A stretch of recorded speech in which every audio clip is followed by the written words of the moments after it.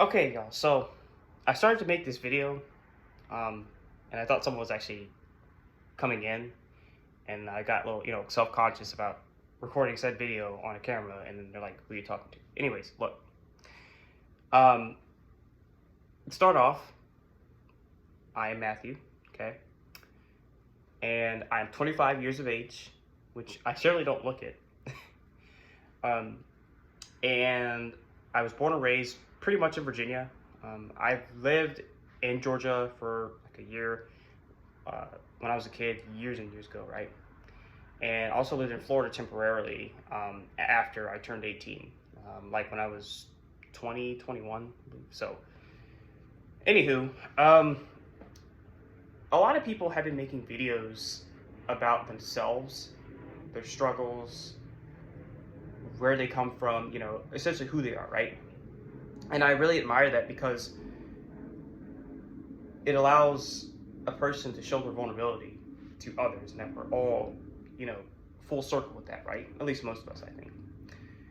Now, um, a couple things. One, if you hear any background noise, like here's cars passing by, that's what they are, cars passing by, because right now I'm at home, I'm off today, um, and yeah, I'm home by myself right now. I live with a family member, so I don't live by myself, okay? Um, and yes, I'm a Miami Dolphins fan. Fins up, woohoo! But no, back to the topic of discussion.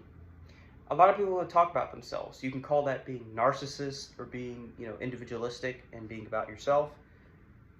Hey, I get it. It's classic, right? Like Jack Morgan says. But no, I think it's good to do that because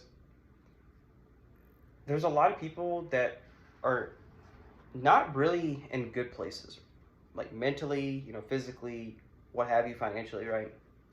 And we're all in this, you know, um, in this race together. Again, at least I think. But something that I wanted to discuss was, and this is something that my friend from high school, like the one person I consider my friend, um, and like the latter half of middle school, that we were talking about yesterday on the phone. It was thoughts versus thinking.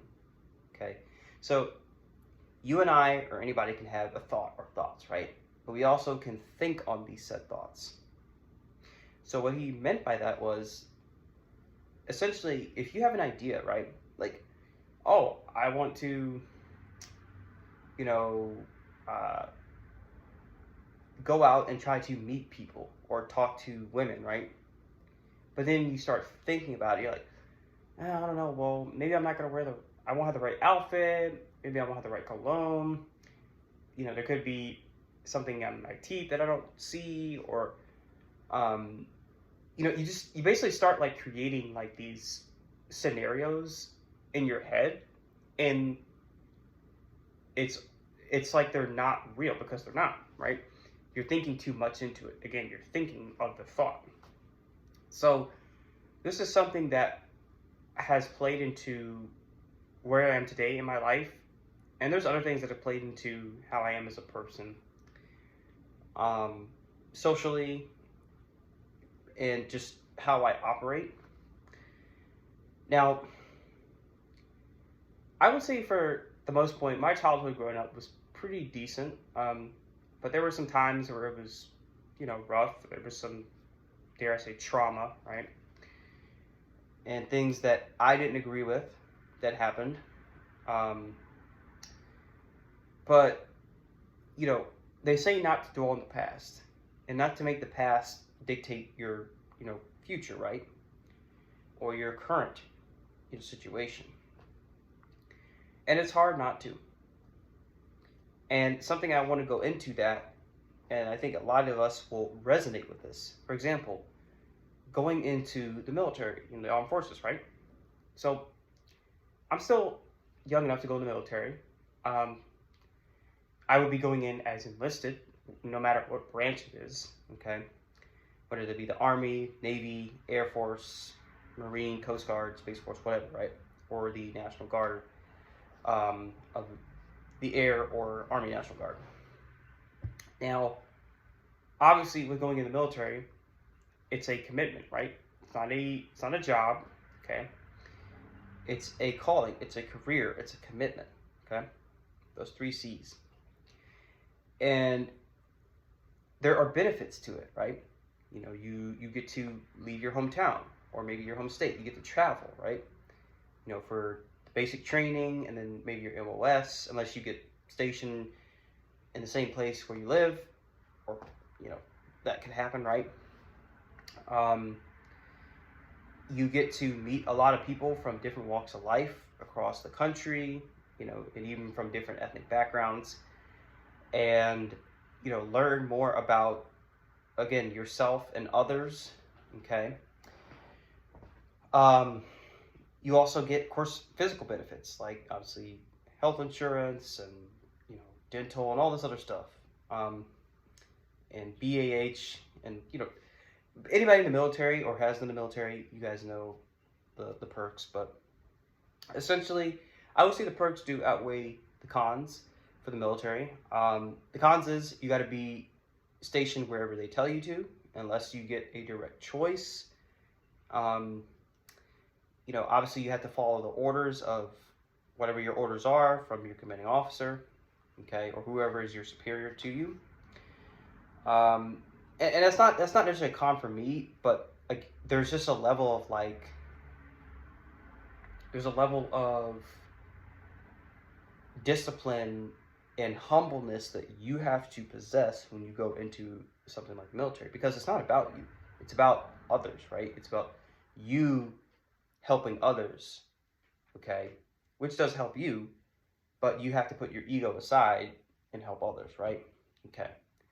And there's some other little things, some nuanced things, you know, but again, overall, the military is a very admirable and honorable thing to get into, whether you do 2 years, 3, 4, however long your enlistment contract happens to be, and however long you choose to stay in, okay? But I didn't go in the military right after high school because I wasn't fully committed to it. I liked the idea of it, again, the thought of the military. You know, I used to dress up in like a military-esque uniform with my stepbrother at the time. We used to go play military, you know, and for me, it was, again, the idea, right? Yeah, the thought. But then you start thinking about things, right? Like, oh, I could get sent here, I can get sent there, or maybe I won't like my job in the military, you know, or, you know, maybe I won't like these people, or maybe if I got in trouble, I get dishonorably discharged for something. You know, you didn't get in, like, you got in trouble not because you did it on purpose, whatever it was, but it's by accident. Okay, so you start having these narratives forming in your head, and then that makes you make your decision based on how you're feeling, right? So this was something that prevented me from getting in the military, right? And also the fear of not being able to live up to expectations that other militants and people who are in the military have done, okay? Because we often are the most critical person of ourselves, not the world, but ourselves, right? And especially young men, because when young men are critical about themselves, it's because they're acknowledging and they know that they're capable of so much more, right? They can do better. They can strive for better. But it's hard to be your biggest motivator because essentially, if you don't believe in yourself, then no one else is going to believe in you. And there are exceptions to the rule, but it's hard to motivate yourself and keep yourself grounded and disciplined enough to stay with something, right? And this is a segue into essentially my young adulthood. So I've worked various jobs. The job that I've held the longest was with a auto parts retailer. I was there with the company from 2018. That's when I started. Yeah, 2018. So it was for me, I didn't really care about the job. Like, I wasn't passionate about it. I mean, I love cars. I like, you know, Mustangs and, um, you know, AMGs and all kinds of stuff. But the thing is I wasn't passionate about selling parts, and it didn't pay very well. I know money doesn't equate to happiness, right? But it does give you leverage, right? So it didn't pay very well. It was an entry level position. I took it because I needed a job, and you know, graciously enough, the manager who hired me gave you a chance. Okay, and we'll talk about that later. So I did that for a couple years.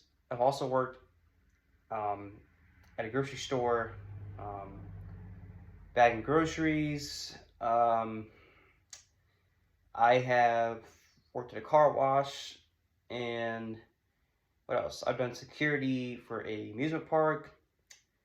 Um, I did like pizza delivery for literally like 2 or 3 days.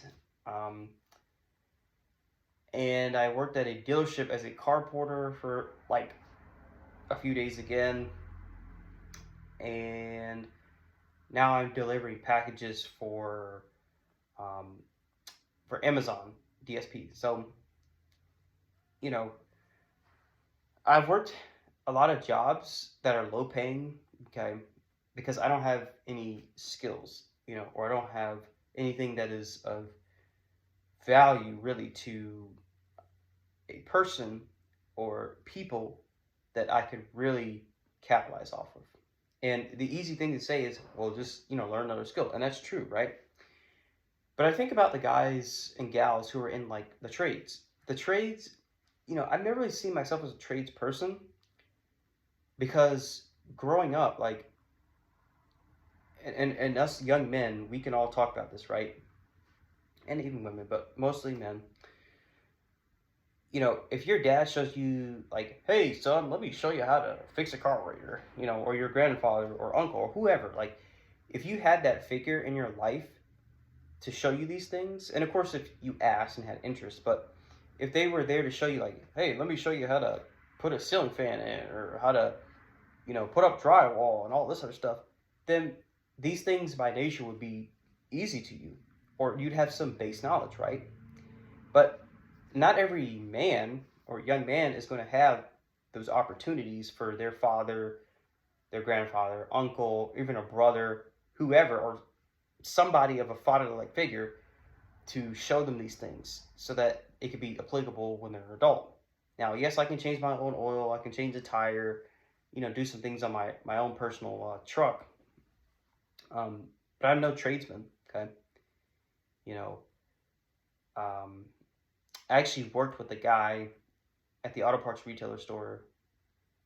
He is like, he's the same age as me, but he's like a jack of trades. Like, he could do, you know, obviously car work. He could do, carpentry and just like plumbing, electric. Pretty much, he can do like any. I mean, I would say he definitely does a lot more than I. Okay. Now, yes, you can learn these things, especially with internet now, YouTube, but it's a little different than that. And as a man, one of the things that is very, I guess, emasculating for men is asking for help. Okay, and not just that, but when you ask for help and a man does this, well, you don't know how to fix that. You're a man. It's like, well, sir, I'm asking you, how does this work? Or, hey, what tools do I need to fix this? Or can you show me? Okay. But since you responded like that, now I'm not going to ask you for help again because you're trying to belittle me for a lack of knowledge. That's inappropriate. If I was a dad or someone was asking me, hey, how do you do this? I'd say, oh, yeah, sure. Let me show you. Nah. You're 25 years old, man. You should know how to do this. Come on. You didn't grow up? It's like, well, sir, do you want to know my life story or do you want to help me? That's the question. Because, see, my dad was in my life, but my dad was very He was very busy with his line of duty. He was a first responder, law enforcement. Okay. So, and you know, when my biological mom and my father split, for a while it was just me and my dad. Okay. And uh, he had different stepwives throughout my time growing up, but again, my dad was mostly at work. I was at school or doing something else, and it just didn't have any precedence in my life, right? Um, so again, everybody has a different story to tell, but the reality is people don't care about that, right? They want to see your results. Okay, so like I said, guys, this is something that can be very emasculating for a man. It's very humbling, and it's it's just something that I think a lot of us young men, we don't like to admit, but we have to be real, right? There's a lot of stuff I don't know. Like, I can't tell you how to build a house. I can't work on plumbing or HVAC. I can put Freon in a truck or a car, but I don't know how to fix it in a house. Okay. I can learn, yeah. But that makes me want to do all men know how to do this stuff? The answer is no. There's some men, they don't know a thing about fixing cars or, fixing something in a house or whatever it may be, right? They just don't. Okay. And there's trades guys that they could tell you anything about like boats, fixing boats or jet skis, but they don't know nothing about fixing cars. I mean, am I wrong? If I'm wrong, y'all can tell me I'm wrong and then show me factual evidence. Okay. But the point I'm making is like, as a man, when you are humiliated, that's when you become humble. Okay. And for men, we have pride and ego, and it's hard for us to drop it because we don't like being wrong. We don't like being embarrassed. Same thing if you're approaching a female, right? That you've never seen in your day, you're like, never talked to her. She doesn't know what you sound like. She doesn't know anything about you, your income, your life story, your trauma, whatever. You're meeting her for the first time. She's meeting you for the first time. So you think about it, you're like, you have a thought like, oh, I'm gonna go talk to some girls today. But then you think about it, like, again, I might not have the right outfit on to be attractive enough. I don't have the 3-piece suit. I don't have the nice muscle shirt and like Wrangler jeans and a baseball cap hat on, whatever, right? I don't have the right hairdo. My eyebrows aren't done. As men, we are critical of ourselves just as much as women, physically. And all these things will eat you alive. They will. I haven't, here's the deal, guys. I don't go out, on my off days, I don't go out, I'll be honest, I don't talk to women because I don't feel like I'm in a place physically, mentally, and financially to put myself in the dating market, okay? I have a job. I'm paying my bills, paying away a little bit of a debt, okay? But I'm not in a place where I feel like I can do that. And also, the women in my area, I don't really click with a lot of people here. At least, and hey, maybe I'm being too stingy, or not stingy, I'm being too picky. And I'm not giving people chances, just like maybe some people aren't giving me a chance. It's fine. But that's usually why men and women, they move away. Like, they go to college, right? Because they want to get out of their own town. They want to get out of maybe their home state, okay? Or country where you're from. And they want to explore different options. They want to see different things. Because back when our parents, met, and then their parents and everything else, the meeting of those generations were more organic. They were more either set up and predetermined. And it was less effort. You still had effort that you put in, right? But they didn't have Tinder. They didn't have Humble. They didn't have Bumble, Hinge, Plenty of Fish, whatever, Facebook, Instagram.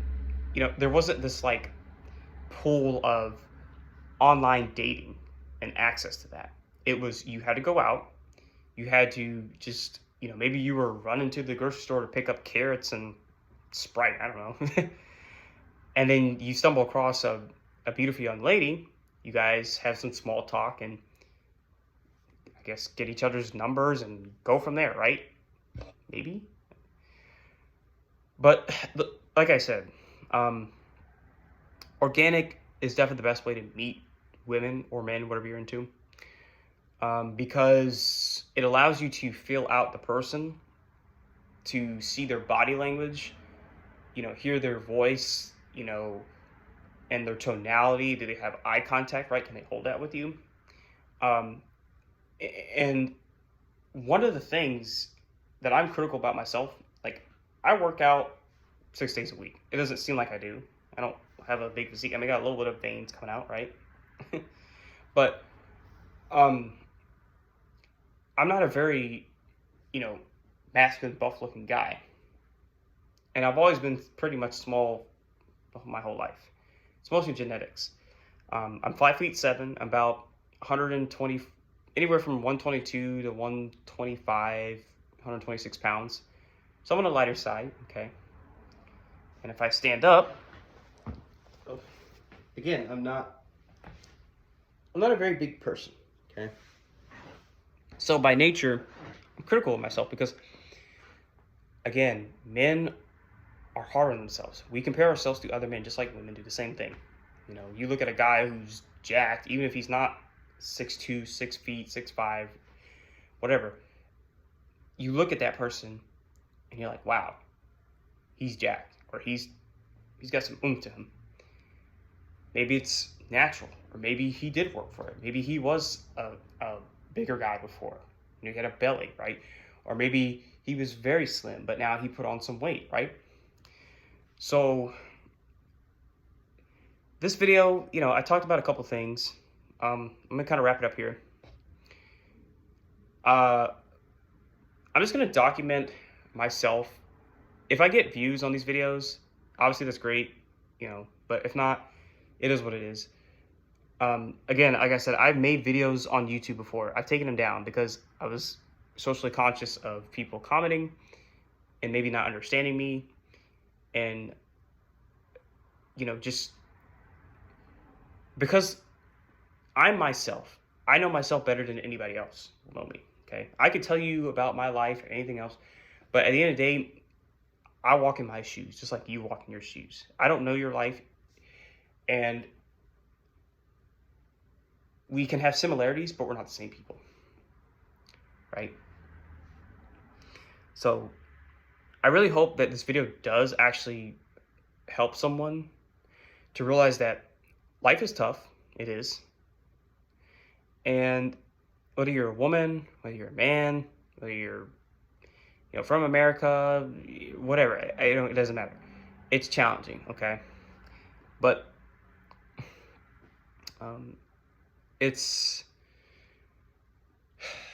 perhaps it's meant to be that way, right? Because without challenge, there's no reward. Like, there's no real reward. And after a long days of work, when you get home and you get a nice cooked meal, or maybe you go out to eat, whatever, right? You treat yourself. It feels good because you worked for it, right? You spent, X amount of hours in a day, in the week, or, whatever it is, working, whether it's for yourself, for the man, or combination, whatever, and you get treated, right, with a delicious, hot prepared meal. Because food is a good motivator. Food is a good motivator for you and I to do things. So, however, without further ado, this video is done. There will be more videos to come about specific topics for myself, and that is applicable to other viewers. Again, it's tough out there, but